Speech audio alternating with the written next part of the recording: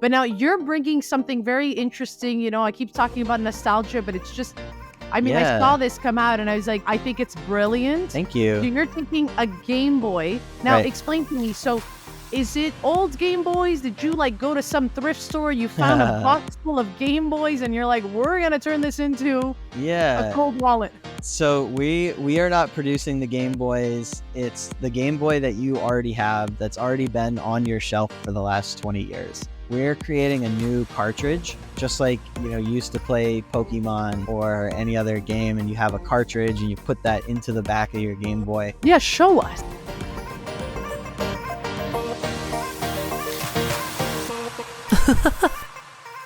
Welcome back to another episode of Girl in the Verse, the video podcast, the place to be if you are new to Web3, curious about crypto, but you don't want it to get too technical.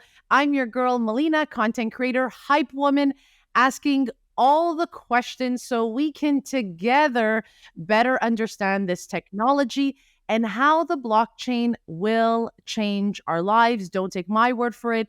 Every guest I have on says the same thing. But before we get started, I have a small favor to ask. Our latest episode has already captivated over 100 eager viewers like yourself, yet we're missing something very crucial, your subscription. So subscribe right now. Take that moment to hit the subscribe button, give this video a thumbs up, and drop a comment down below. By doing so, you not only, let the mighty YouTube algorithm know that you're loving this content, but you're also helping me as a content creator know what you want to see more of here on this channel. So please subscribe, hit the likes, comment down below, ask your questions so we can get our guests coming back, again and again on the show. Today, I am joined by Joseph Schiarizzi, because I am Italian and I like to say it in an Italian way, co-founder of Keyp. He's previously worked in Solidity as a developer at OpenSea, Gitcoin, Consensus, just to name a few. Keyp builds products to make crypto safe. And today, friends, we're going to talk a whole lot of nostalgia. Joseph, thank you so much for being here. Yeah, happy to. I'm always really excited to talk to people more about what we're building at Keyp and especially create content for beginners to make crypto more accessible and easy and safe for people. I love that. So Joseph, maybe explain to us Keyp, to start off. Sure. And then we'll dive into the reason why I asked you to come on the show. Yeah, happy to. So our primary focus at Keyp is making Web3 accessible and safe for anyone with tools like social logins, so people can log in with their Discord or Gmail accounts and be given a non-custodial Ethereum address inside of the apps that they use. Developers pay gas fees on behalf of the users and extra layers of security for wallets. So those are all services that we provide to apps and other things that just make the user experience cleaner, onboarding easier, and Web3 just more accessible and safer for normal people. So an extension of that is Game Wallet, a new fun project that we've been working on recently to turn any old Game Boy into a secure crypto cold storage wallet. And yeah, so I think that's why we're having this conversation. Yeah, I mean, you said it so nicely, but I want to repeat it. You are bringing the 90s game. I say 90s. I don't know. It's 90s, right? Yeah. The 90s Game Boy, and you're turning it into a cold storage wallet. So for those who are new to Web3 crypto, right, they're just buying their first assets. Maybe explain to us what a cold storage is, and then let's get into the Game Boy. Sure. I can't wait to dive in. It's always good to define these terms, and if at any point today we get to a term where you're like, let's break that down, I'm always happy to do that. So I think that there is this concept in crypto of a hot wallet or a cold wallet. And if you're using MetaMask, if you're using some kind of other browser wallet or Coinbase wallet or Rainbow wallet, and you're signing things, you're actively using that to sign messages, it's on a computer that's connected to the internet, or it's on your phone that's connected to the internet, that is a hot wallet. It's hot because it's active. You're currently signing things. The private key for it, the wallet that stores a private key, is connected to the internet. That's more risky. And even if that app that you're using, that wallet that you're using, is totally secure and safe, just the fact that you could be phished, you could be scammed, you could sign something that you didn't mean to, means that when you're using that wallet, you have to be really aware of your surroundings and what's going on. And it is a hot wallet. And maybe you don't want to have everything, all your eggs in one basket. You don't want to have everything in your hot wallet. You want to have some other wallet that's colder, that's not connected to the internet, that you're not actively using to sign transactions every day, and that is, stored someplace in a bank vault under your bed, somewhere a little bit more analog, a little bit disconnected from the internet.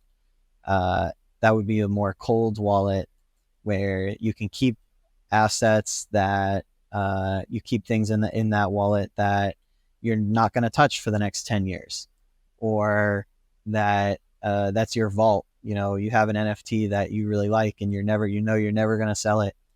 Just have an extra layer of security and keep it somewhere that you're never even going to connect to the internet.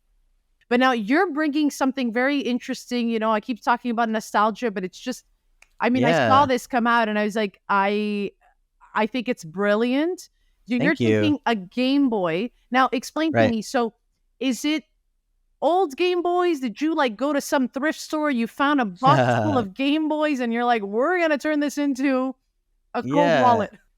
So we are not producing the Game Boys. It's the Game Boy that you already have, that's already been on your shelf for the last 20 years, right? We're creating a new cartridge, just like, you used to play Pokemon or any other game, and you have a cartridge and you put that into the back of your Game Boy. We're creating one of those, a cartridge that goes right into the back of a Game Boy. There's also other devices, like Game Boy Color is backwards compatible and can play Game Boy games. There are people producing new devices. I have one here, actually. Yeah, show us. For the Pocket Analog, which is really cool. It's got my old Game Boy Advance copy of Pokemon Emerald. This is also compatible with original Game Boy cartridges. So there's newer devices that are very slick and modern and can connect to the internet that it will be compatible with too. But we're specifically producing this cartridge of the original Game Boy. It's a little bit more analog, and in that way, it's kind of rebellious, in my opinion, because, the smart TV at the store costs less than a normal TV now, because they're tracking your data, and every fridge has to connect to the internet, and, all this stuff. And so kind of rebelling against that trend, instead of creating a new device that's higher tech, that's AI powered, whatever, it's go get this old analog device that was manufactured before crypto was invented. So, there's no back doors to connect to the internet, to use Bluetooth, to do any of these things. It's literally been on your shelf or under your bed for the last 20 years.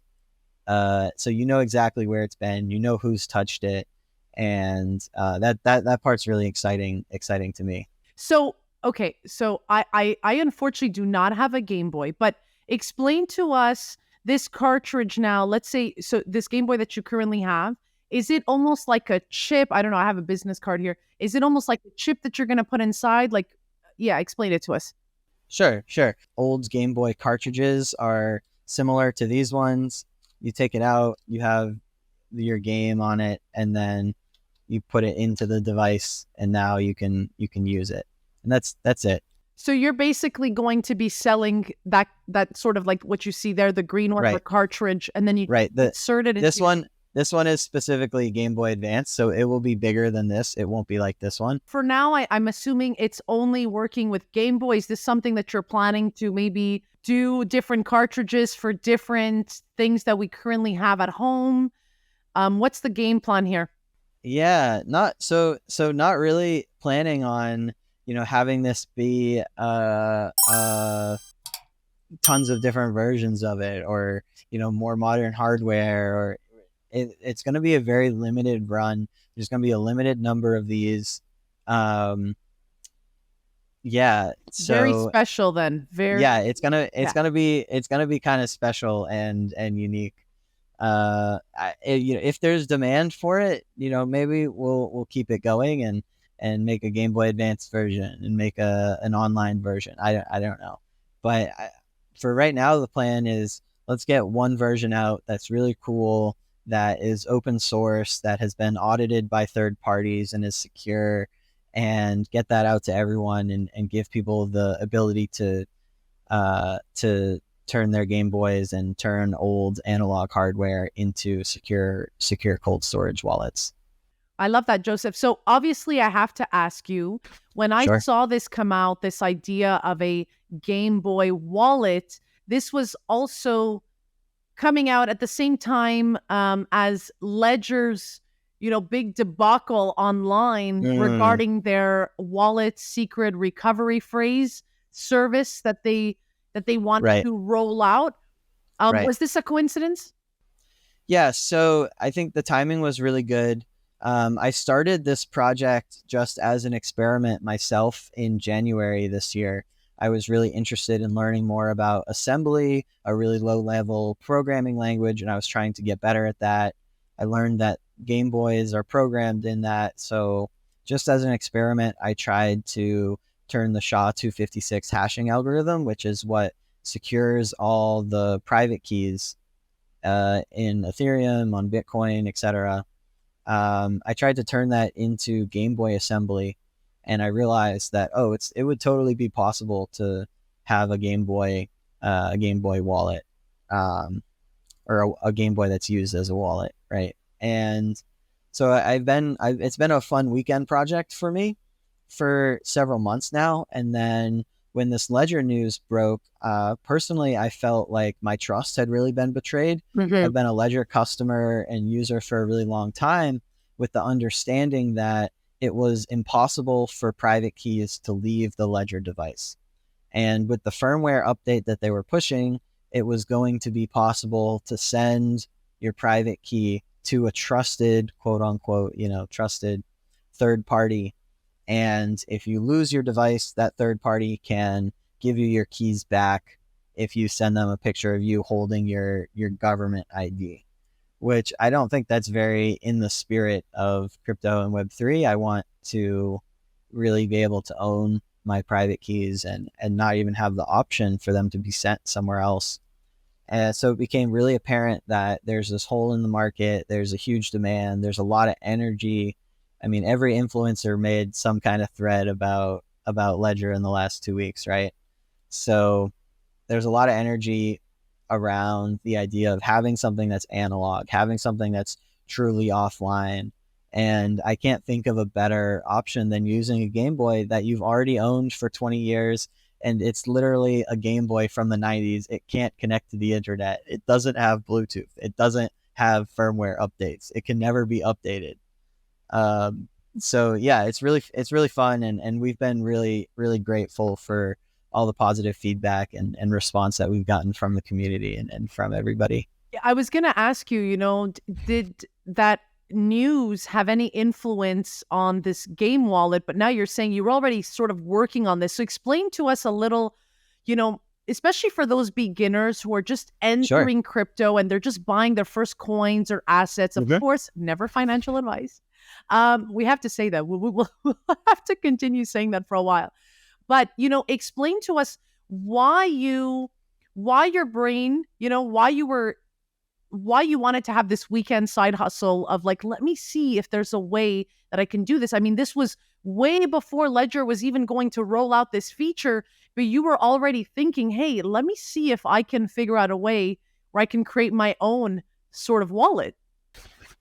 Yeah. So I mean, I'm a tinkerer. I love to just see what is possible, which is why I love working in crypto so much, because there's so many things that left to build. There's so much stuff that we just haven't gotten to yet to create. especially as it relates to UX. So, we're combining things that haven't been combined yet. We're making experiences that haven't been tried yet at Keyp, and that's really fun to me. So I love experimenting. I consider my occupation to be inventor. I've I got love a, it. a patent behind me, and yeah, so we're always experimenting, and this was one of our experiments that people really vibed with and really were getting behind. So the timing was right to announce it as an official project. So walk us through, I guess even, for those beginners, I always go back to beginners because I want people to understand why we want to own our assets, why we want to, have this custodial, you know what I mean? Like explain to us the why you were working on this and why it's important to own your assets.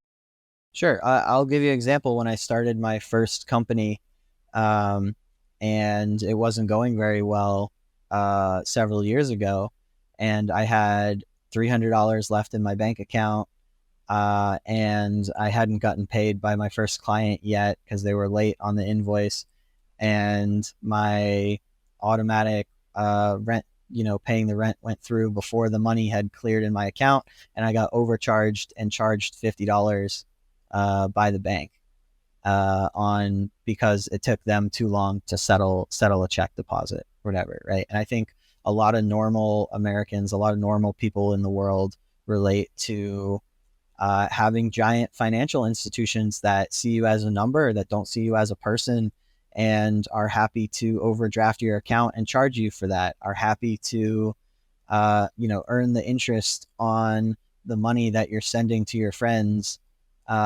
when it takes 3 days for that money to settle and not share, right? And so there's a lot of benefits to being able to have the autonomy and be your own bank. I think is a great slogan, and be able to really truly own the things online. So those kind of experiences that I've had, my family almost lost our home in 2008, financial crisis, and the bank was 1 month away from foreclosing, and it really just made me kind of radicalized against the current mega banking system. And I think it would be better if I didn't have to trust third parties, if I didn't have to rely on big banks to remember that I'm a human being, and I could actually control my money, control my assets, control my in-game collectibles. Keyp works a lot with gaming companies, with social apps. It makes me sad to think that my Twitter account that I've made all these friends with and built this audience and just created a community around can be deleted by a centralized party at any time. So I just think it would be better if people really owned their digital assets and actually had autonomy over their money. Yeah, I was So those are the things that motivate me. Yeah. Yeah, I was going to say, Joseph, I think that's what's interesting. Even when I talk to my friends who don't care about this stuff, like I always try to explain to them everything you're putting online, you don't own, right? Like all the content, like I'm a content creator, right? So what clicked for me was the fact that I could start owning my work. Then the banking stuff, what was interesting for myself was figuring out, and I think for a lot of people, this is still common sense, or I'm not sure what the right word is, but a lot of people believe, and I sort of grew up believing this, which is the money that I had in my bank account, for some reason, I just thought someone at the bank had a little box, with my money in it. And when I would go to the bank and want to, take out some money, they'd be like, okay, we're going to go in the back, like, I don't know, like for some reason, there's this common perception that our money is like ours when in fact it's not. It's just a number Right. that's written online, right? Right. Right. Yeah. And I just think it would be, many aspects of our society would be better if people actually own their money. So explain to us the key differences here with Game Wallet. Do you still have a secret phrase? How does it work? How are you? Yeah. So you get it. There's an entire game very much inspired by Pokemon. I had my Pokemon Emerald I showed you earlier. So a little third person walk around this world game that you have to play. You can't just log in, a startup and get a seed phrase right away. You have to play the game because a very large level of randomness is needed to randomly generate private keys that gives you your public address in crypto. So you have a seed phrase that turns into a private key, and your public address is derived from that. And normally on a computer, computers are pretty good at generating really big random numbers. Especially modern computers, your smartphone can generate really big random numbers and take your input from your mouse, for example, or things like that to get more randomness. Game Boy's not so good at random numbers. Not really designed in 1985 to, cryptographically secure 256-bit private keys. Not the ideal hardware for that. So to get around that, we have to take a lot of random input. So there's a bunch of quests that you have to do in a little game. That doesn't take too long, but it generates enough randomness that we can securely generate a BIP39, that's BIP 39 standard seed phrase, and you can store that inside the game securely and use that seed phrase as your account. You can use it, turn it into a private key for Ethereum, for Bitcoin, for any other chain or networks that use the BIP39 standard. So there's this big list of 2048 words, and we can randomly put 12 of them together to form a seed phrase. And this with a is little all bit of done extra as math you're in there. doing. Sorry, this is all done as you're playing the game, as you're doing the quest. It's going to generate some words for you. Yeah. So there's a character in the game that you're going to talk to, and it's actually a cat because you're not supposed to share your seed phrase with humans. I love it. Yeah. And there will definitely be a way to pet the cat in the game, I promise. It must be fun though to make this and sort of take that 90s nostalgia and bring it into the 20th century, 21st, I don't know what year, 2023, and take it to a whole new level. Yeah, it's a lot of fun, and it's fun to see all the things that people have suggested, or hey, what if we can use the Game Boy connectors to connect two of them, or hey, what if what if we use the Game Boy camera to scan QR codes? And it's like, whoa, wow. That's, I don't think we're not going to build that. That's like way too complex. But if somebody else does, I'm always there to support them. And I think it's really fun seeing what people are coming up with. Keyp works with a lot of games to improve their onboarding experience. So if you're working on a Web3 game, we can help people access it much easier by logging in with their existing Discord account or their existing Gmail account, pay gas fees on behalf of the users, and all of those user experience improvements just make games more fun. So I love working on this stuff. I have a lot of fun doing it. I wanted to ask you, I'm not sure if you touched on this. Are you able to store just in terms of assets? Is it just coin or NFTs? And, so it's completely agnostic for that. You can always send an NFT to a public address, right? You can always send tokens or coins to a public address because you absolutely control them in crypto. So we don't have to support any particular token. We're not a centralized exchange that has to, turn on, trading for this token is now on.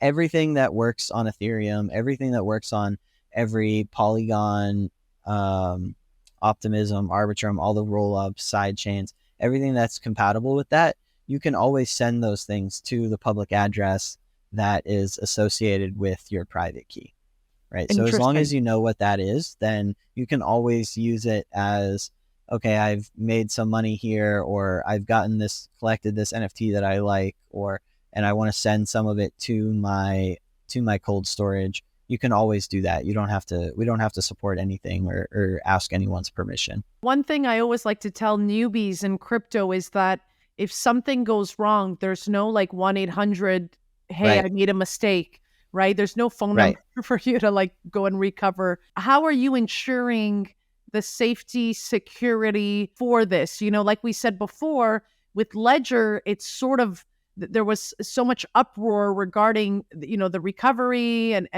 the service. Right. How are you ensuring Yeah. safety? So depending on who you are, actually, I think the recovery and that firmware update that I said completely broke my trust, depending on who you are and your experience level, that might be a really great feature. That might really, make it a lot safer for you if you're more likely to lose your private key, to have someone that can help you recover it. And so really, I think it's just about giving people options. And Ledger was supposed to be the completely offline, the completely private key can never leave the device option. And that's what we went into it believing. And now they're not that anymore, and they never were, because they were lying about it. But actually, I think Ledger is a great company. I'm not gonna, put them down. Yeah. They've done a lot of really great security research for the space, and we've relied on them for a long time. But it's about giving people of different skill levels options, and making it really, really transparent about what those are. If you use Game Wallet and you lose it, and you lose your private key, and you lose your seed phrase, that's it. I don't have it. If I did, then I could steal all your money, right? So there's no way to recover it. There's no firmware update where there's social recovery. There's nothing like that. If you want it backed up somewhere else, write it down on paper and put it in a bank vault, or have it etched into a little metal plaque, a little thing or something like that. There's lots of analog and offline ways that people store things, and you can also use multi-sig wallets like a Gnosis Safe or things like that. So this is really the most like offline, no backup type of solution. And then for Keyp, we're helping people get their feet wet with crypto, get their feet wet with DeFi and NFTs without having to throw people in the deep end, because you can use your Discord account to log in and get an Ethereum wallet. You don't have to learn about private keys, gas money, all these different things that are really challenging for beginners. And as you learn about it, maybe you upgrade to Frame Wallet or something else in the future. And so I think Keyp and the social logins that we offer are more beginner friendly. And then as you kind of get more assets on chain and you understand what's going on more, then, upgrade to more, more self-custody level solutions as you go. And I think that's fine. So you're talking a lot about beginners. I like this Sure. concept of helping people start out, maybe Yeah. start smaller and whatnot. What do you think is key to getting, because, we've been talking for about 2 years now. I always hear Sure. people saying we want to onboard the masses. What do you think, Joseph, is the key to help people really get into this? Yeah. So I'll give you an example. We have this app that we've built called Treasure Chest, treasure.chess.com. It was built with chess.com, which is one of the top 300 most visited websites in the world.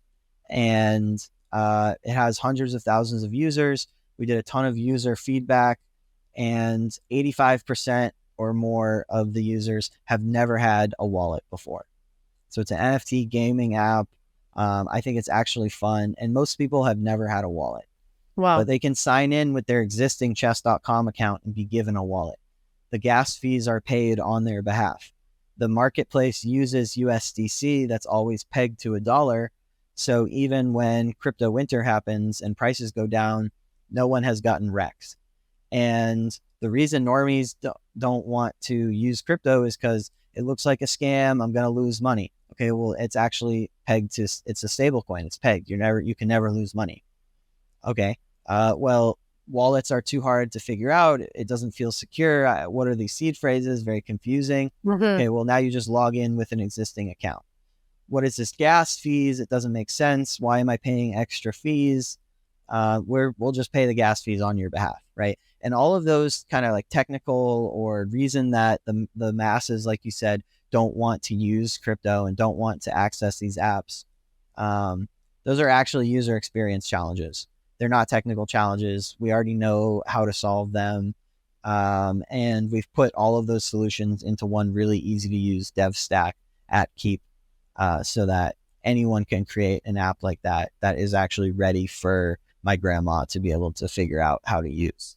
Yeah, I think the key really is seamless. I mean, I remember a time where we were scared to put our email addresses out, giving people our email addresses. This is like the next step, right? Yeah, definitely. I mean, my mom told me when I was growing up, never put a credit card online, never meet a stranger from online. And now I, go on my phone and I use the internet to call strangers to my house to pick me up and drive me places, right? Whenever I get a lift. So, that terrifies her. But actually, I think it's pretty safe and, very convenient for me and has improved my life as someone who doesn't drive. So, we're going to get there. I think that a lot of people will benefit from the actual autonomy and ownership that Web3 and decentralized identity provides, and making it easy enough and safe enough for them to do so is definitely worth pursuing. Thank you so much, Joseph. This was so insightful. Anything else you wanted to add here? Yeah, go to gamewallet.gg and sign up to get updates about when we launch Game Wallet and when the sale for that begins. It's probably gonna just happen one random day this summer. So stay updated, and thank you so much for having me on. These were great questions and really fun discussion. I'm so happy, Joseph. Honestly, I signed up, so I'm excited. I will be able to put all the links down below. Like I always say, just click these links because it gets crazy in the cryptoverse. I never DM you. I never tell you what to buy. I never ask you to trade anything. I always say, Joseph, the juiciest conversations are happening up in my DMs. As always, you can come find me, reach out to me, ask me whatever it is you want. Come find me on Instagram, TikTok, YouTube, Twitter, LinkedIn. Just come find me at Girl in the Verse. I'm going to put Joseph's information as well down below. If you guys have any questions, feel free to write them as well so we can get Joseph back on the show. I will see you guys next time. Bye. Thank you.